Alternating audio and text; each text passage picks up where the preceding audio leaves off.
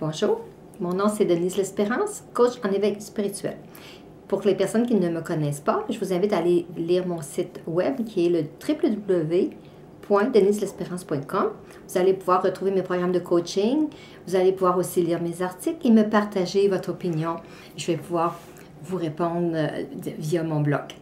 Aujourd'hui, j'aimerais vous parler des moments où on vit quelque chose de difficile dans notre vie. Vous savez, quand il nous arrive des choses dont on n'est pas responsable nécessairement, quand le médecin nous annonce que nous avons une maladie grave, ou quand notre employeur nous dit qu'il n'y a plus de travail pour nous, ou lorsqu'on perd un enfant, c'est des moments très difficiles. Ça peut être une rupture amoureuse aussi.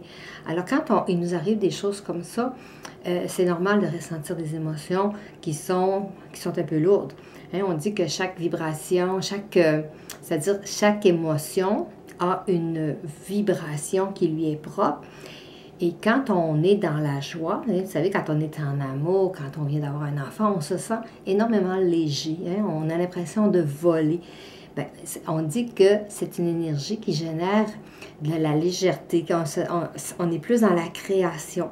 Et si on est dans une énergie, dans une émotion, c'est-à-dire comme la tristesse ou l'impuissance, eh bien c'est lourd. C'est lourd pour nous, puis c'est lourd pour notre entourage. Puis, il ne faut pas rester trop longtemps là-dedans, parce que si on reste trop longtemps dans la tristesse, vous savez très bien que ce qui va arriver, c'est qu'on va tomber en dépression. Puis, c'est très difficile après ça, ça prend encore beaucoup plus d'efforts pour se sortir de ça. Alors, quand on vit une situation difficile, quand on veut la régler, justement, qu'on ne veut pas rester là, ce qui serait important de faire, ce serait d'identifier vraiment ce que vous vivez. Je vais vous donner un exemple. Si vous vivez une rupture amoureuse, puis que vous prenez une feuille de papier et vous écrivez, c'est la première chose qui vous passe par la tête. Mettons, je vous dis, je pense à ma relation amoureuse, puis je me dis, ben mon Dieu, j'ai tout fait. Hein, j'ai tout fait pour que ça fonctionne bien.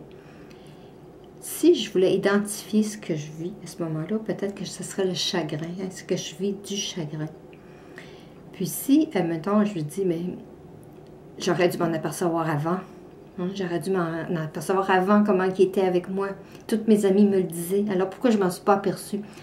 Alors ça sera de la culpabilité. Vous voyez, fait que quand on écrit quelque chose, on essaie d'identifier le plus possible l'émotion que l'on vit.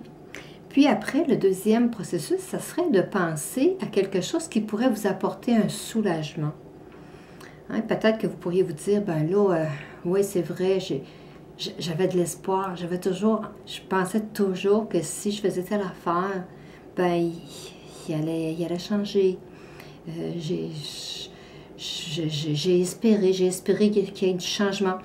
Mais peut-être que ça va vous emmener dans un sentiment qui est un petit peu plus léger. Puis, jour après jour, vous écrivez des phrases comme ça.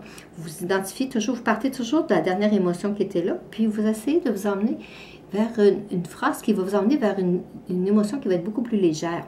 Alors, ça peut arriver que ça prenne un certain temps, ça prenne plusieurs jours, ou ça prenne plusieurs phrases pour vous ramener dans un état plus léger.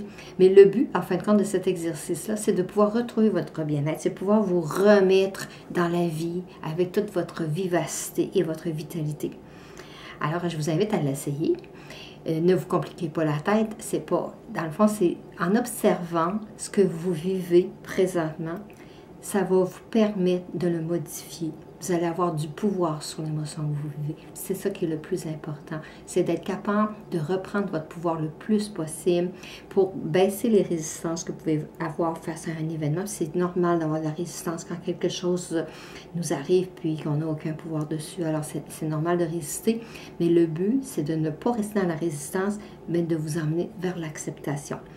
Alors, je vous souhaite bonne chance, puis je vous souhaite d'être d'avoir quand même un certain plaisir à faire cet exercice-là. Au revoir.